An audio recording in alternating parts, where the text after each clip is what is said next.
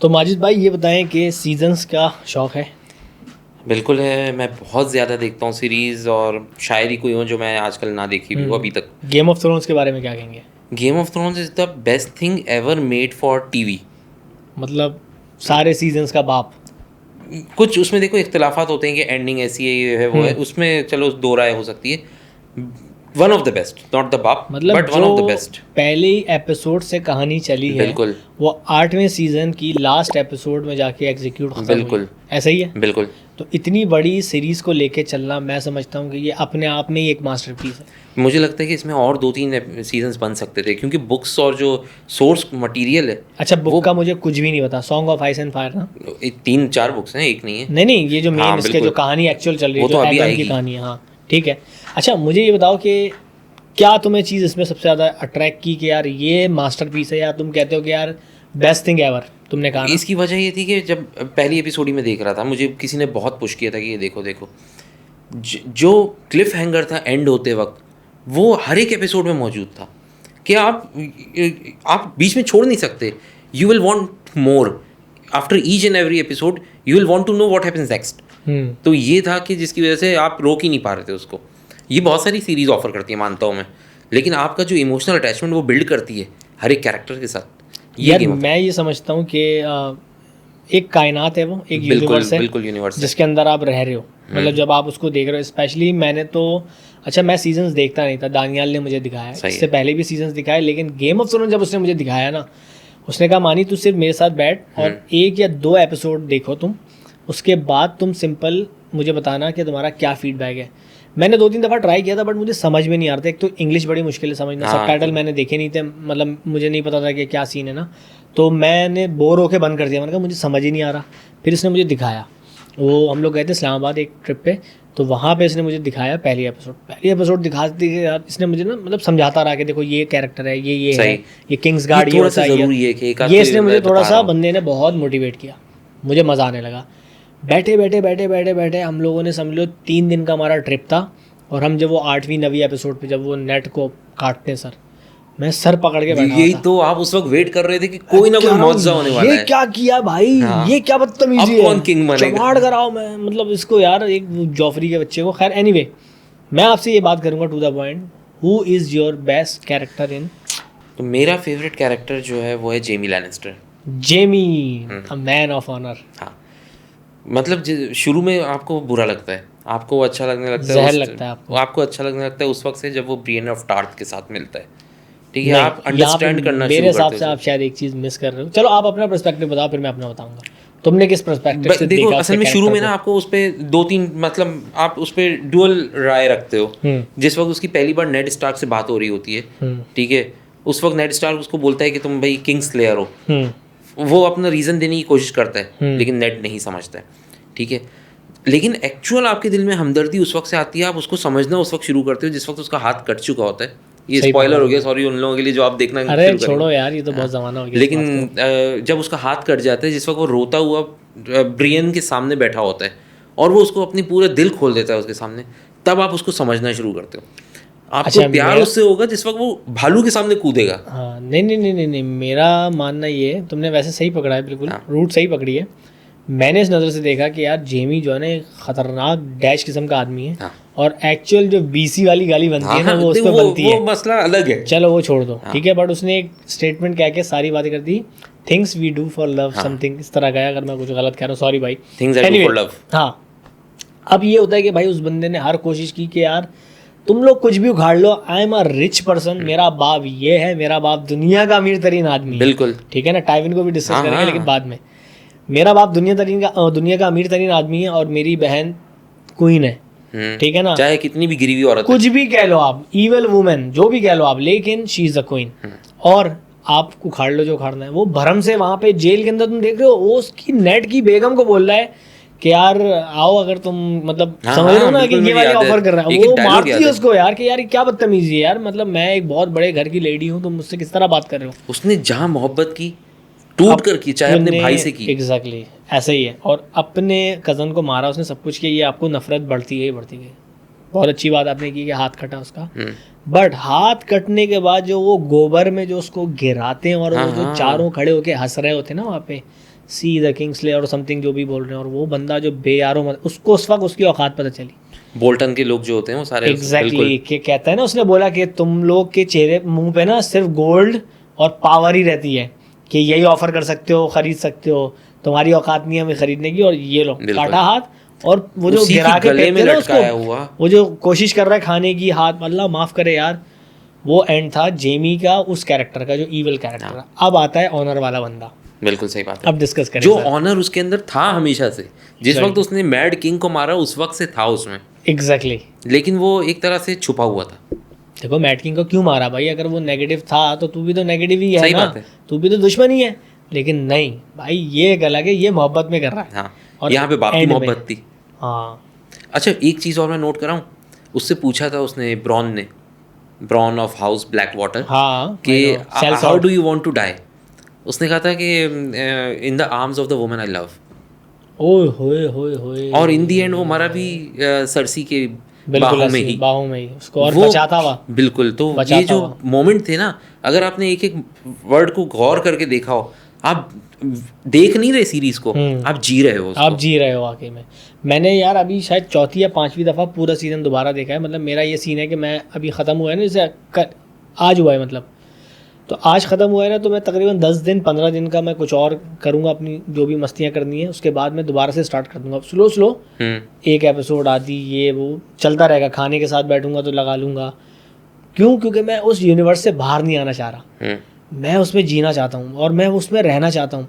Like जितने भी characters हैं, मतलब सीरीज, क्योंकि देखो ये मेरी एक अलग प्लेलिस्ट है, और ये वो चीज़ है जो कोई देखे ना देखे, ये सारे गेम ऑफ थ्रोन्स वाले जो भी देखना चाहे, बट मैं अपनी खुशी के लिए रिकॉर्ड करके रखना चाह रहा हूँ कि यार मेरे ये जज्बात हैं गेम ऑफ थ्रोन्स के लिए, क्यों मैं इतना बड़ा फ़ैन हूँ, और क्यों मैं कह रहा हूँ मेरे लिए इससे बड़ा मास्टरपीस और कोई नहीं है अभी तक का।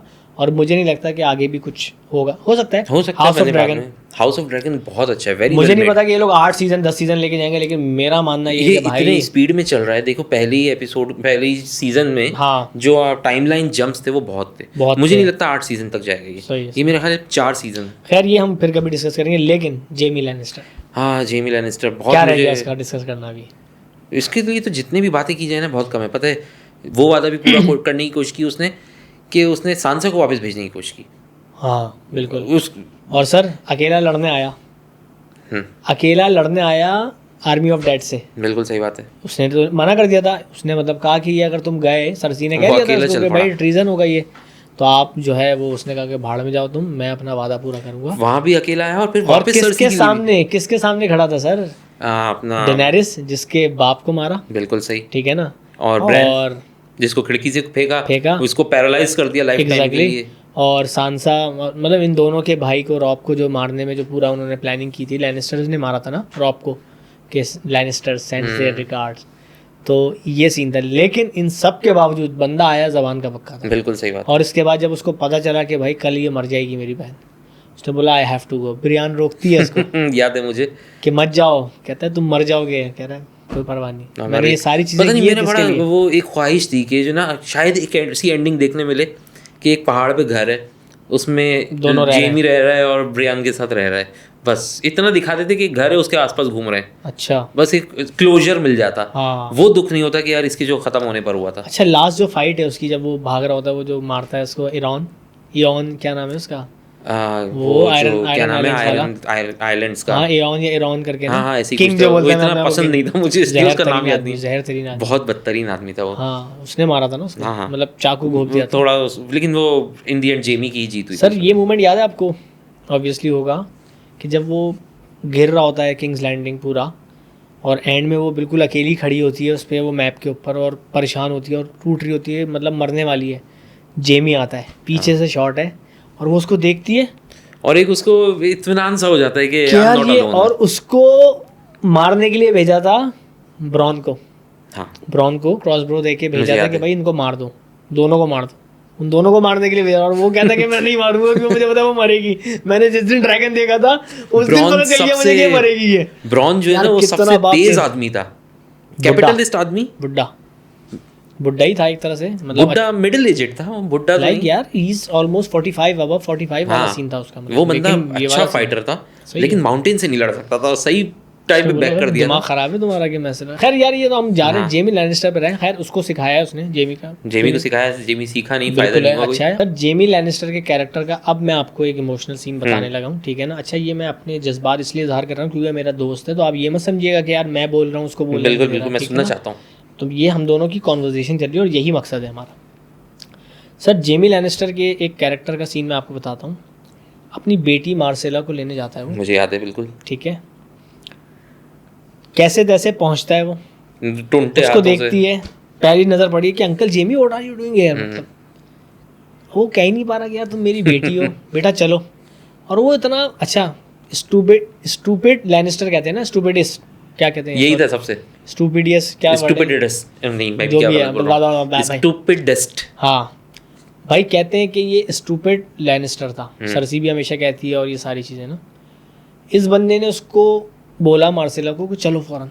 वो कैसे आएगी, उसको समझ ही नहीं आएगी भाई मैं यहाँ रह रही हूँ पिछले 1-2 साल से और तुम आगे बोलो चलो भागो, कैसे भागूंगी, इतने में सब आ गए, बेवकूफ़ी। खैर पकड़े गए, चलो अच्छी बात थी, कुछ नेकियां काम आ गई। उन्होंने कहा कि बैठ कर आराम से बात कर लो और ले जाओ। बेटी से बात कर रहा है अपना मामू बन के कश्ती के अंदर, और बेटी कहती है कि uncle Jamie I know everything, I know who you are and I am glad that you are my dad. उसके एक्सप्रेशंस एक एक्नॉलेज हुई है उसकी जो उसने, जिंदगी है। आप यकीन करो वो जो उसने रोने वाले एक्सप्रेशंस दिए और वो बच्ची ने उसको गले लगाया और वो जो रोया उसको लगा के, एंड दैट वेरी मोमेंट वो बेटी मर गई उसकी। बिल्कुल सर मैं कहता हूँ कि कैरेक्टर के अंदर भी इतनी चीज़ इस तरह की करना बहुत मुश्किल काम है। सही बात है बिल्कुल। अब मैं आपको बताता हूँ, मैंने ये सीन अभी देखा दोबारा से, उसको प्रॉपर समझ के ना, मेरा रिएक्शन सुने। मैं यहाँ से उठ के गया हूँ कमरे में, मैं अपनी वाइफ को सीन बता रहा हूँ, मैं रो रहा हूँ, मेरे आंसू निकल रहे हैं और मैं ये कह रहा हूँ कि यार क्योंकि मेरी बेटी हुई है अभी, तुम्हें पता है, अब मैं ये चीज़ फील कर सकता हूँ कि यार मतलब मैं अगर अपनी ऐसी कोई सिचुएशन अल्लाह ना करे मेरी ज़िंदगी में कभी आया, खुदा ना खास्ता जिनके साथ आती है, क्या गुजरती होगी कि यार आपकी बेटी आपकी आंखों के सामने है लेकिन आप कबूल नहीं सकते या उसको बता नहीं सकते कि आई एम योर फादर। सही बात है बिल्कुल। जो भी आपने किया ज़िंदगी में वो आपके अपने पर्सनल, लेकिन बेटी तो आपकी है, खून तो आपका है। आप कैसे जो है ना वो उसको कैरेक्टर को बर्दाश्त करोगे अपने कि यार आप मतलब इस कैरेक्टर में जी रहे हो आम जिंदगी में कि भाई मेरी बेटी नहीं है मैं मामू, और उसको उसी तरह ट्रीट कर रहे हो, वो आपको भी उसी तरह ट्रीट कर रही है। देन सडनली वो आपको पहली दफ़ा ज़िंदगी में एज अ बाप मिली है जिसने उसने एक्सेप्ट किया कि आप मेरे बाप हो और मैं जानती हूँ, और वो मर जाती है। कितना मुश्किल काम। बिल्कुल मतलब मर जाए बंदा, इमेजिन नहीं कर सकते, इमेजिन नहीं कर सकते आप। यार ये मेरी ज़िंदगी का एक बड़ा वो था, और मैं लिटरली अपनी बच्ची को जाके प्यार किया। मैंने कहा यार कभी ऐसा होगा, मतलब मैं उसको चंद घंटे ना देखूँ तो मेरे से गुजरते नहीं है और मैं कैसे जी सकता हूँ। बहरहाल खैर एनीवे, जेमी का एक पॉइंट मुझे और बड़ा कोई टाइट लगता है, अकेला ड्रैगन से लड़ने गया था भाई, वो तो ब्रॉन ने बचाया। वो सीन जो था ना उस वक्त मैं यूं बैठा हुआ था, ये क्या कर रहा है, ये पागल हो गया है। मैं और टिरियन एक ही जैसी बात कर रहे थे, बाकी कि तुम क्या पागल हो गया, आर यू अबे भाई भागो निकलो यहाँ से। इसने बोला मैं अकेला ये जंग खत्म कर दूंगा। इसने बोला मैड किंग को मारा था, मैड क्वीन को मारो। अच्छा इसकी एक और अच्छी बात थी पता है, हाँ रहम दिल था। हाँ पता है वो तो कर दिया, लेकिन इसने ना जब इसका कैरेक्टर चेंज हुआ हाथ कटने के बाद, ये बहुत ज़्यादा वो खुल के आ गया कि रहम दिली वाला ना उसको मारने गया था। वो जो कौन थी वो हाई टावर की कौन है वो, क्या नाम है, ओलेना टायरल हाँ ओलेना लेडी ओलेना, सॉरी यार नाम कुछ चढ़ते नहीं है ज़बान पे। मार्जरी की हाँ दादी। हाँ दादी लेडी ओलेना को जो मारने जाता है तो वो पूछती है कि कैसे मारने का प्लान है ना, कहता है सरसी के तो ये प्लान थे बट मैं लाया हूँ सबसे आसान, मैंने रिक्वेस्ट किया उसने ना और मान गई वो ना। वो देती है, कहता है ये तकलीफ होगी, कह रहे नहीं, पीती और फिर बताती है उसको कि मैंने मारा तुम्हारे बेटे को।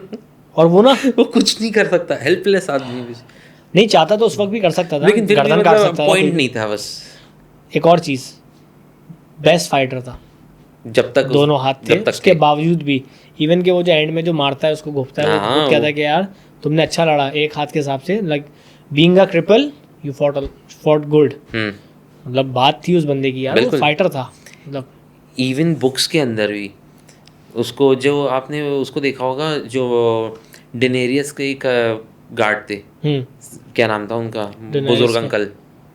हाँ सर मैं बता दूं सर, बैरिस्टन सैमी, उनको बोला जाता है कि वो पूरी की पूरी बुक्स में सबसे टॉप के फाइटर थे। हाँ। लेकिन जेमी का नंबर उनके बाद आता है। एक और भी एक कैरेक्टर को बोला जाता है, सर मैं बताता हूँ कौन है वो, आपने देखा है वो सीन उसमें जो नेड स्टार्क लड़ता है, फ्लैशबैक, जो दोनों, हाँ वो कहते हैं दुनिया का बेस्ट शॉट था भाई वो बंदा, तो और दुनिया को ये पता था शायद नेड स्टार्क ने उसको मारा, हालांकि नेड स्टार्क ने नहीं मारा, उन्होंने मारा था उसके। सर उसकी फाइट देखी आपने? हाँ वो दोनों हाथों से जो उसने चारों को खत्म किया, और नेड अकेला तो मार ही नहीं सकता था, इतना भारी था। उसने पूछा ब्रैन ने ना कि यार he is like far better than my father. क्या बात है यार। एनीवे, तो सर जेमी का ये सीन है, और जेमी का एक और है ऑनर वाला सीन जो कि मुझे बड़ा पसंद है।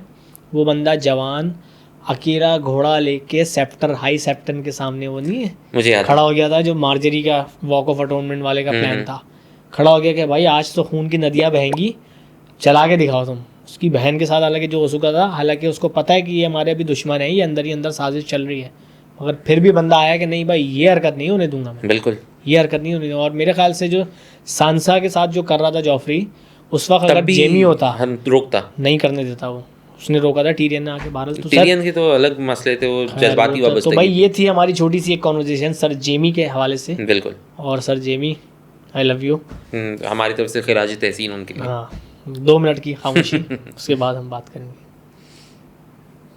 Thank you.